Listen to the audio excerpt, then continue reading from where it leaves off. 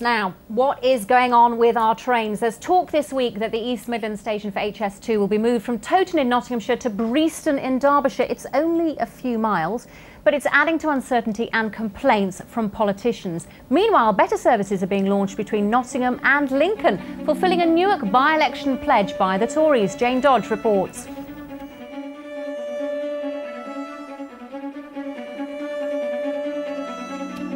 Thank you. More and more of us are letting the train take the strain. Now we're being promised better and faster services. Just about to get the 10:29 Nottingham to Lincoln service. This railway line is over 160 years old, and my journey time today is going to take just as long as it did back then.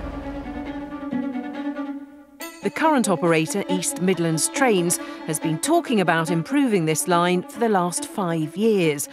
But it took a by-election in Newark and the possibility that the Conservatives could lose the seat to extract the funding.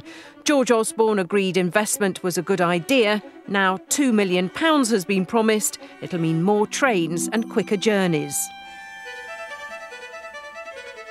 And it's excellent news that we're able to provide the extra services next year in time for the 800th celebration of the Magna Carta in Lincoln and the opening of the National Civil War Centre in Newark. It's perfect timing. Not surprisingly, long-suffering passengers have welcomed the improvements. It's very encouraging.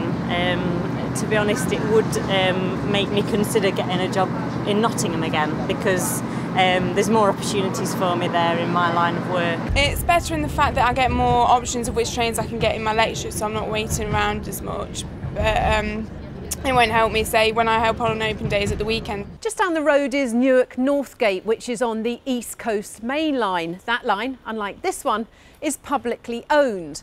But the government is keen to re-privatise it early next year. Not everyone here thinks that's a good idea. The company last year returned 225 million to the public purse. Over the 5 years since 2009, that adds up to around £1 billion. The company also receives the lowest subsidy of all rail operators, and I think it's more beneficial that rather than profits going into private shareholders' hands, that it remains in the public sector. Another issue getting people hot under the collar is where the hub for High Speed 2 will now be. We were told it was going to be at Towton in Nottinghamshire. Now it seems there's been a change of heart and Breaston in Derbyshire is the preferred location. The advantages, as I understand it, if the rumours are actually true, is that the station will be located on both the HS2 line and on the existing Derby-Nottingham line. So there'll be much easier interchange into train services that will get probably to Derby in 10 minutes and Nottingham in about 12, 13 minutes. We've all heard how HS2 will speed up journey times between London and the East Midlands, but what it will also do is increase capacity, and that's important. 14 million people used that route last year, and that number is set to double in the next 3 decades. Improvements to the Nottingham-Lincoln line might seem small fry compared to HS2, but for passengers travelling on the 32-mile route, the changes can't come quickly enough.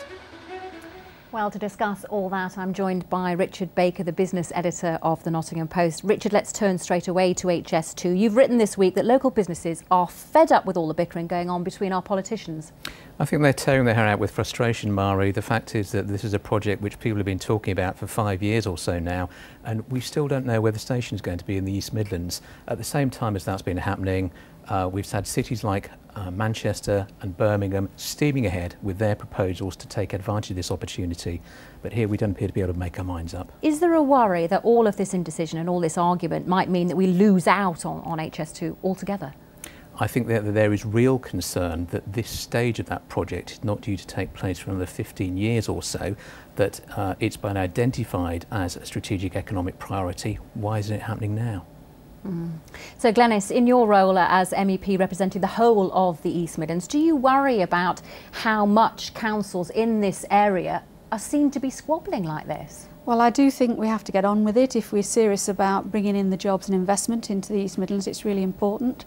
But it's also about connectivity. I think we need the best place for everybody in the East Midlands. It shouldn't be just about one city or the other. It should be the best place so that everybody is connected to the railway network, and I think that's very important. Edward, isn't all this bickering, though, making us look really stupid here in the East Midlands? You know, we can't get our acts together, we're just bickering. I suppose at one level it is, and as Richard says, it's very frustrating for people who want to plan in a commercial sense. To some degree, I'm slightly disassociated from all this, because in my part of Leicestershire, HS2 is not a direct issue. What we want to see is improvement of our St Pancras through to Sheffield line through Market Harbour and Leicester. And if this squabbling over HS2 station in Derby or in Nottingham ricochets in a deleterious way across to us, well then we'd be cross about that.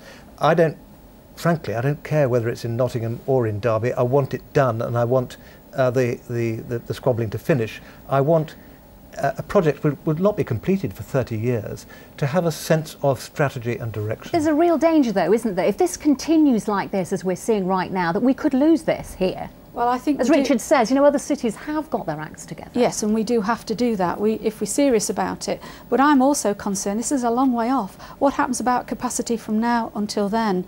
What are we going to do about that? You know, this is a long-term project. What about the more immediate and medium term, which is really important if we're serious about jobs and growth in this region? A lot flows from this in that what I would call the economic hinterland of the HS2, if you like, is a metaphor for investment along the line of the route. And Nottingham, Derby, Leicester and the counties around those cities, they want inward investment. They want to be able to generate jobs and economic development. And if we are messing around over whether a station should be 5 miles this way or 5 miles that way, I think we're discussing the wrong thing. What about the East Coast Line, while we change subjects, change track maybe I should say? You're about to re-privatise that. Is that the right thing to do? I think privatised railways, so long as if you've got the strategy right, are a good thing.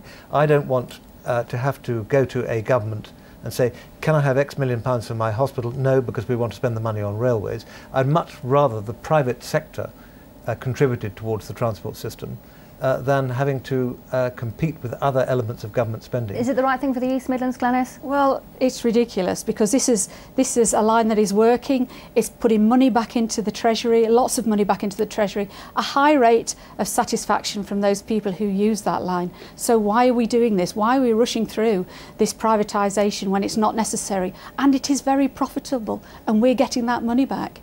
Well, let's go back to HS2 now, if I can, because some people, particularly in Leicestershire, like Andrew Bridgen, would like to see the whole thing scrapped. And we were talking about how you feel about it and the benefits that it could bring right through the East Midlands. But people like the Tory leader of Erewash Borough Council, Chris Corbett, is saying that he doesn't want it in his patch. What do you think of people like that coming out and saying things like that, when you clearly believe it's the right thing for the East Midlands and we've got a lot to benefit and a lot to lose? I don't know enough about the detail of the local patches that those people represent, but clearly nobody wants railway lines going through an existing community, or which is going to inhibit other sorts of development. So I can look at it, if you like, with a greater degree of disinterest compared to the local Member of Parliament or the local district or county councillor.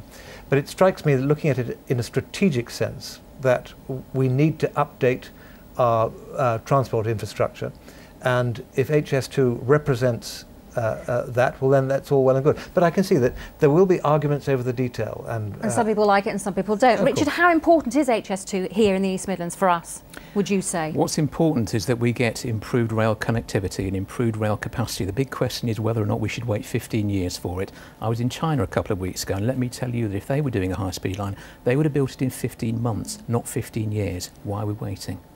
Are we, though, in danger of becoming a little obsessed with HS2? I mean, you said earlier it's 15 years off.